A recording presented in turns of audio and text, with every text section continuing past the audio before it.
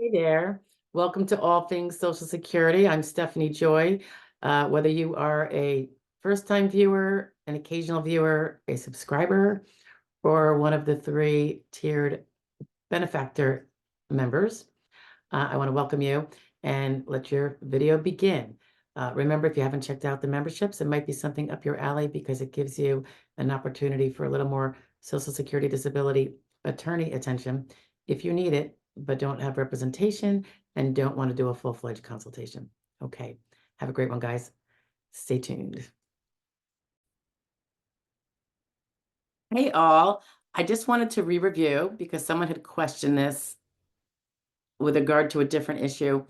And I would like to double check my research, particularly if it's been a while. Things can change on a dime, when it comes to the law, but also, what if I made a mistake? I would not be too humble, or I would not be so unhumble as to not confess. So I don't think I did, but let's take a look at it. The question concerned accommodated work. And if your prior work that is in that prior work period relevancy that the SSA will be looking at when it determines if you are disabled or not, step 4, if that prior work was with reasonable accommodations provided by your employer, what happens? Does that count if you could still do that job when it's accommodated, but maybe you couldn't do it if it wasn't accommodated? Okay, so what we're going to look at is this is one of the POMs. DI, so capital D, capital I, 25005.020, past relevant work as the claimant performed it. Okay, because as you know, you have to prove that you can't do past relevant work as you performed it and as is otherwise regularly performed for that job in the rest of the economy. All right, I'm going to scooch on down. There's many, if you're following along, don't know if you are, down to section F. I think it was F.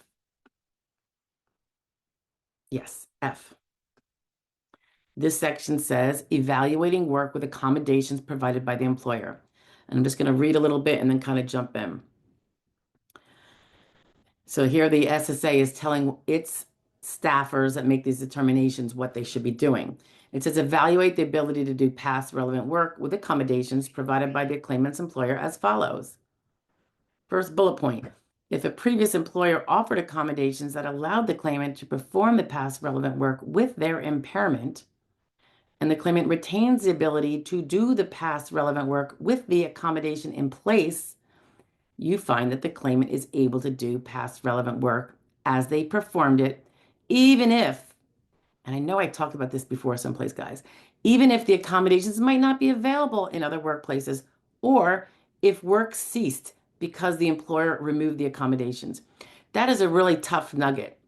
It's almost like, I don't know, almost like a deterrent for someone who needs a reasonable accommodation and could work with one, but perhaps has a progressive disorder that's going to slowly get worse. But that's always a hard line to define when you have a claim. Might make them a little concerned because that accommodated job might be the put a fork in their ability to have a claim. So I don't really like that rule. I'll have to think it out more and see if there's a more valid reason for it that I'm not seeing, but I don't like it. But there you have it, guys. For past relevant work purposes, reasonable accommodations will be something you have to overcome when proving you can't do that job. You have to prove you can't do it if those accommodations are still there. I will just read the rest of this section. Be alert to the possibility that such work may not be SGA due to a special employment situation, such as, and we just talked about this recently too, unsuccessful work attempt or impairment-related work expense. Those are all kind of discussed in a variety of other videos over the course of time. And I believe they each, certainly IRWI's, impairment-related work expenses, has their own playlist, I think. Not sure about unsuccessful work attempt.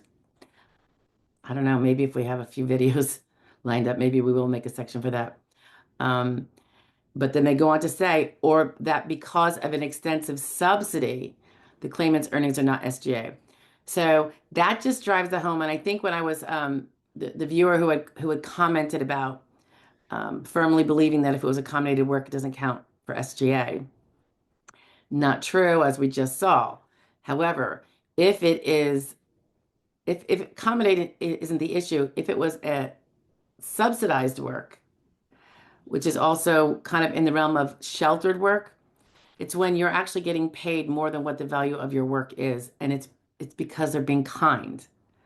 There are some companies that make a practice of doing that. They might get tax breaks. I'm not sure. But it's called subsidized work. You could have a person who doesn't get much done. They might be very, very, very limited in what they can do at all. But perhaps on the job, they could be a great goodwill ambassador. They smile and say hi to everybody. We've all seen people limited in this fashion out and about occasionally in certain jobs that don't, you can't imagine would otherwise actually pay their way. But they're getting at least minimum wage. Maybe they're there for 8 hours, and the demands on them are extremely limited. Not really something you'd find in vast numbers in the competitive work environment. That could be a subsidized job. It is often for very mentally or cognitively limited folks. It's awesome, I think. It's so good for them. So I really appreciate the employers that jump on board, and good for them if they get a tax deduction for doing it. I don't care if they're wealthy employees, they're doing a good thing here. Um, so anyway, that would be something where it has nothing to do with accommodation. It has to do with the fact that it's subsidized work. The person was never earning SGA to begin with. Okay, so I'm going to, I'll make sure I post this page with it. I'll attach the prior video if I can come across it. I know there's a lot, so sometimes I have to do a little search, but that might it might be reiterating what I say here. It might have some additional stuff. Anyway, that past accommodated work, if it's in your last 5-year window, which is the new look back window, thank goodness. Um, it could be a stickler. So we just have to take note of it. And of course, if your evidence shows that you couldn't do that job anyway, for instance, maybe you had to quit that job because even with the accommodation, it was too hard, or you got fired for lacking performance. Those are real things you want to get documentation of, particularly if it's the employer saying, she's just not able to do it even with the accommodation. All right. Ciao for now, guys. Talk to you later.